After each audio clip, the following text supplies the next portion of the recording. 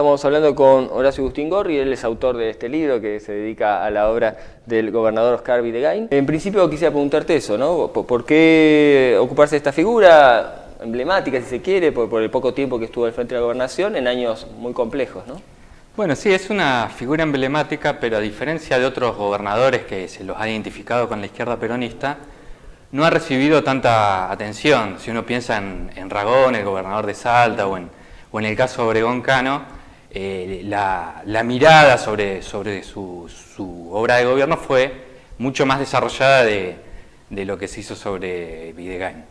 Y acá el libro sale como parte de un programa del Archivo Histórico de la provincia, que es el ámbito donde yo trabajo. El programa se llama Serie Gobernadores, donde se hace un libro por cada gobernador de la provincia de Buenos Aires.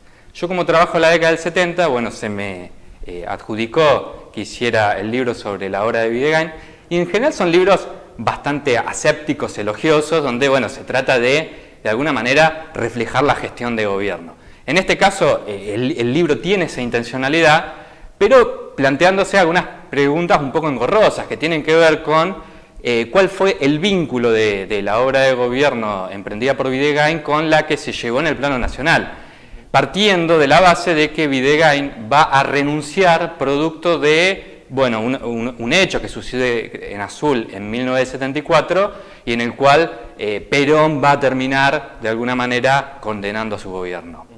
Es también un caso paradigmático por su vicegobernador, ¿no? Videgain, Calabró expresan, si se quiere, los conflictos de la época al interior del movimiento. Claro, su gobernador era un hombre de la Unión Obrera Metalúrgica y estuvo enfrentado durante todo el mandato con Videgain. Y Videgain, de alguna manera, se apoyó en lo que hoy llamaríamos, y por entonces también, la tendencia revolucionaria del peronismo, que implicaba tanto a la organización Montoneros, pero también a militantes de la JP que no necesariamente tenían un encuadro orgánico en Montonero, e incluso simpatizantes que no tenían una militancia orgánica en ningún tipo de espacio político. Y en el caso de Calabró, él reflejaba a la Unión Obrera Metalúrgica. De alguna manera era la expresión de los sindicatos ortodoxos dentro del gobierno de la provincia de Buenos Aires. El gobernador expresaba a lo que llamaríamos la izquierda, el vice al sindicalismo ortodoxo, y bueno, el resultado fue una puja constante a lo largo de todo el mandato de Videgain.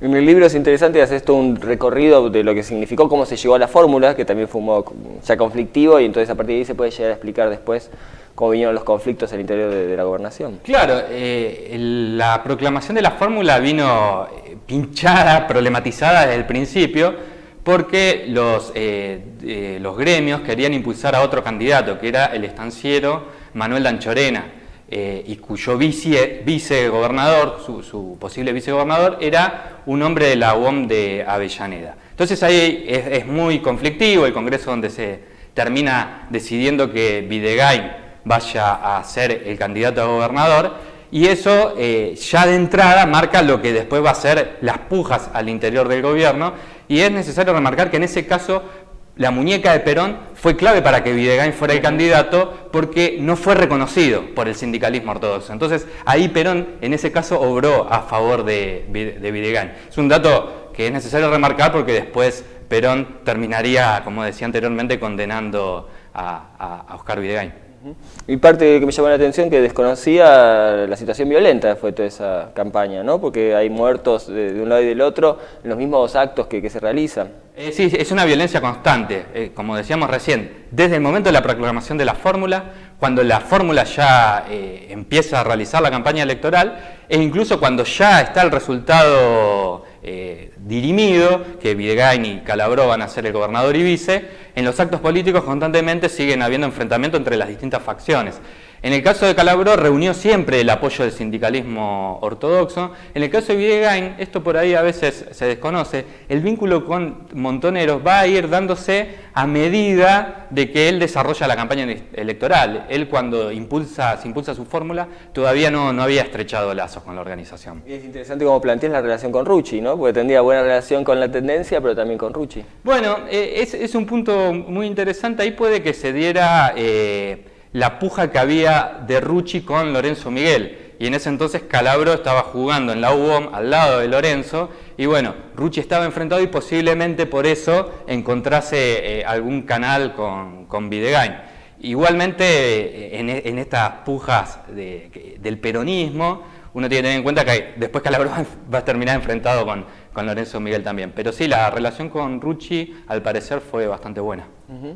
Para analizar ese periodo, antes mencionabas, ¿no?, la izquierda peronista, la derecha peronista. ¿Cómo te fue también tu aparato conceptual para alejarte un poco de las lecturas más esquemáticas que hay del periodo? Bueno, ahí yo lo que quería ver, hay un capítulo dedicado a la conflictividad que claramente se reproduce ese esquema de izquierda y derecha peronista.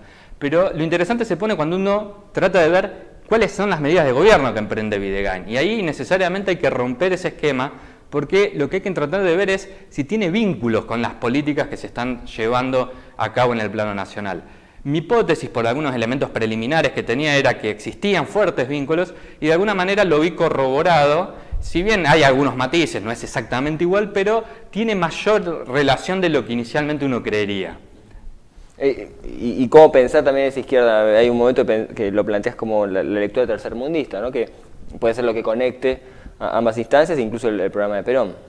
Claro, bueno, el Perón de los 70 muchas veces ha quedado con mala prensa, quizás por algunas medidas que efectivamente realizó y son difíciles de digerir todavía hoy en día, pero por culpa de eso muchas veces se pierde de vista su programa económico. Su programa económico implicaba, tenía fuertes componentes nacionalistas, de la propuesta de nacionalización de los depósitos bancarios, de la ley de inversiones extranjeras que ponía muchos controles a la remesa de utilidades y prohibía la inversión de capitales externos en muchas áreas de la economía, los acuerdos con el bloque socialista. Bueno, son toda una serie de medidas que están enmarcados claramente en un enfoque tercermundista y en uno de los discursos que da Perón, que estaban reflejados en el libro, se puede ver claramente cómo su esquema de análisis sigue siendo el conflicto contra los dos imperialismos, tanto el norteamericano como el soviético. Ahí me gustaba pensar también ciertos momentos históricos, vos decís que la lucha de clases había alcanzado niveles muy fuertes, que esas medidas que hoy nos parecen de avanzada, sin embargo en el momento para un sector muy politizado quizás, pero también un amplio sector de la sociedad, podían parecer que no eran tales, ¿no?, que se esperaba mucho más de lo que mismo Perón estaba llevando adelante. Bueno, esa es la gran contradicción de la etapa, me parece. Porque por un lado, efectivamente, el pacto social implicaba mejoras en las condiciones de vida de los trabajadores. Uno, si ve los índices del poder adquisitivo o incluso la distribución del ingreso, se nota una mejoría claramente en los años 73 y 74. Pero bueno, también existían aspiraciones que iban mucho más allá y que fueron un dolor de cabeza para Perón, como podía ser, bueno, los reclamos salariales que iban más allá de lo pautado en el pacto social. Aún así, es necesario remarcar que la reivindicación de este programa no es un capricho de la mirada de hoy en día, sino que fue una discusión de época también. Cuando Perón llama a la plaza el 12 de junio a defender su programa, no sacude por una nostalgia del 45, es porque todavía ese programa expresaba algunas aspiraciones. Quisiera preguntar, para retomar uno de los momentos, episodios más importantes, si se quiere, de esos años, sobre todo cómo se los recuperó posteriormente, ¿no? Lo que tiene que ver con lo que fue la masacre de Ezeiza, se da en el territorio bonaerense, y ahí explicás bien cómo ya las pujas se daban en cómo se controlaba, si se quiere, el acto, qué lugar se le dio al gobernador para tener, después de todo, un papel más importante en eso, ¿no? Claro, bueno, ahí lo que se puede ver con toda claridad es que tanto Cámpora como Videgain quedan totalmente relegados del dispositivo de seguridad. Lo de Cámpora es más grave porque era el presidente de la nación y casi no tiene injerencia, y en el caso de Videgain porque gran parte del acto se iba a desarrollar en territorio bonaerense. Y las apreciaciones que hace la policía de Buenos Aires sobre cómo tiene que ser la seguridad, básicamente no son tenidas en cuenta por Osinde, que es el encargado de la seguridad del acto. Entonces, lo que finalmente termina haciendo el gobierno de la provincia es un gran dispositivo, eso muchas veces es bastante desconocido, en el plano sanitario, pero no en el aspecto estricto de la seguridad. Bueno, ahí evidentemente se expresa y también es uno de los puntos para lo que va a venir después, ¿no? Es uno de los comienzos del corte y sobre todo el discurso de Perón posterior, que lo conectaría con lo que pasó en Azul, ¿no? Ya empieza a tener como cierta culpa el gobernador por lo que pasa en su territorio. Claro, bueno, sí, Perón ahí es claro que la responsabilidad la va a desligar en la izquierda de su movimiento, y eso va a terminar afectando a Videgain, aunque no en lo inmediato, porque después de lo de Ezeiza se viene una crisis de gabinete, pero que él puede sortear haciendo algún tipo de modificaciones, lo cual demuestra que todavía Perón tenía alguna expectativa en que el gobierno adaptara las indicaciones que le estaba dando. En el caso de Azul sí ya ahí la vuelta es sin retorno, porque es la primera vez donde uno puede encontrar un discurso condenatorio de Perón de la provincia de Buenos Aires. Anteriormente venían habiendo sugerencias, cosas por lo bajo, era un vox populi, que había problemas en el gobierno de la provincia de Buenos Aires, pero no había habido una condena pública, con lo cual sí, Azul es un punto sin retorno, por eso bueno, el gobernador termina renunciando. Otro de las acciones importantes del periodo es el operativo Dorrego, que también lo tiene él como figura. Un poco nos comentabas eso, y que también muchas veces sufre ciertos ataques de distintos sectores, ¿no? De que qué significó, que qué se entendía podía llegar a pasar en esta unión de las organizaciones con parte del ejército. Sí, ahí hay dos puntos interesantes para rescatar. Por un lado, que el gobierno de Videgain quería propiciar algún tipo de acercamiento de la JP con sectores de las Fuerzas Armadas, pero todo parece indicar, no tengo los pormenores, pero todo indicaría que, bueno, que los contactos vinieron autónomamente entre montoneros y sectores del ejército. Pero bueno, Videgain dio el visto bueno y le pareció una política adecuada para llevar a cabo. Pero otro elemento que es importante destacar del operativo Dorrego es todo el despliegue que hace la provincia independientemente del accionar tanto de la juventud como del ejército.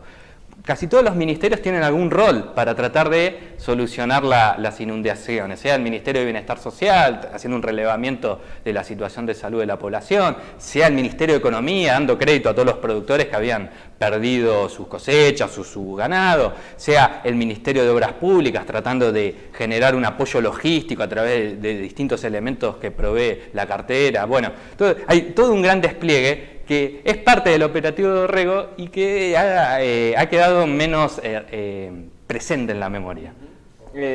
Parte de eso también, si se quiere, para pensar en la actualidad, me interesa cómo planteas ciertas discusiones en el marco del peronismo y se quiere este tercer Perón de contención o transformación, ¿no? Cuando en ciertos periodos históricos aparece el peronismo nuevamente y hay ciertas discusiones si es que viene a frenar un proceso o es que viene a transformarlo.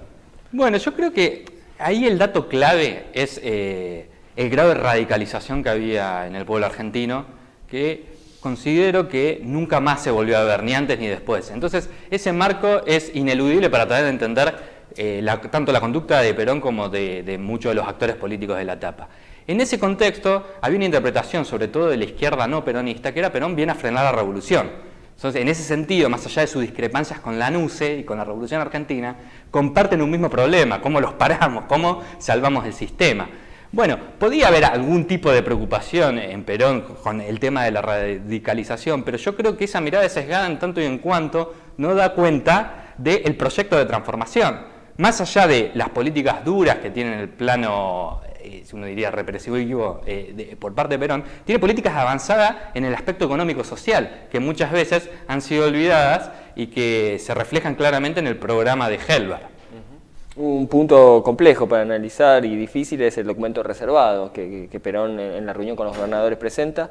Tu análisis de eso y también cómo eso impactó luego en la gobernación de la provincia. Bueno, yo creo que justamente es el momento bisagra.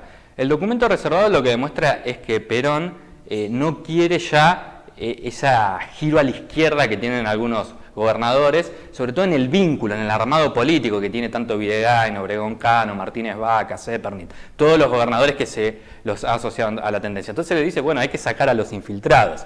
Pero a mí me interesa destacar que, independientemente de esa actitud de Perón, había también un enfoque tercermundista en cómo él justifica el documento reservado. El problema, claro, es que el sistema estaba puesto en cuestión, entonces, bueno, era necesario correr a los sectores más díscolos de izquierda, pero él nunca abandona ese enfoque tercermundista. Yo creo que ahí, a partir de ahí, es el ultimátum que le da a todos los gobernadores. Videgain, si bien retoma parte del discurso de Perón, él mantiene su alianza con sectores de la JP y algún vínculo con el sector de la organización Montoneros, y bueno, eso es lo que finalmente va a terminar llevando a la desaprobación de Perón. Ahí pensaba en relación con esto, cómo relacionarlo con la cuestión del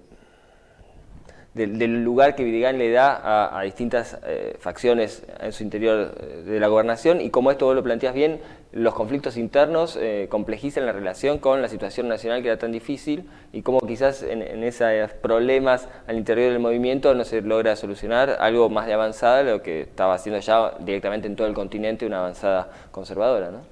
Claro, porque ahí está bien lo que señalas. Videgain como gobierno expresa múltiples sectores del peronismo. Y una cosa es Videgain como gobierno, otra cosa es su accionar político, que lo va a llevar a tener un vínculo más estrecho con la tendencia. Y en ese marco lo que termina sucediendo justamente es que un proyecto de avanzada que en alguna medida compartía muchos lineamientos con la política nacional, producto de las alianzas políticas que establece Videgain, va a recibir la desaprobación de Perón, y eso en un contexto, como bien señalabas, de avanzada conservadora en Latinoamérica, va a ser perjudicial para Videgain, para los gobernadores ligados a la tendencia, pero también para el propio proyecto de Perón.